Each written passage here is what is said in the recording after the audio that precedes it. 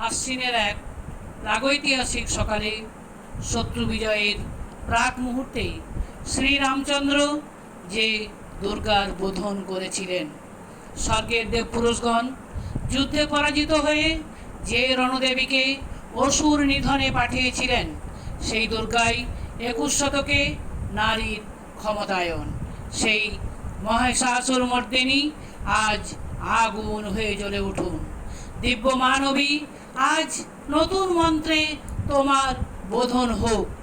তোমার মহাতেজ চির জাগরুক আগুন হয়ে জ্বলে উঠুক মাটি পৃথিবীর প্রতিটি নারীর মধ্যে। হে মহামানবী, তোমাকে সালাম।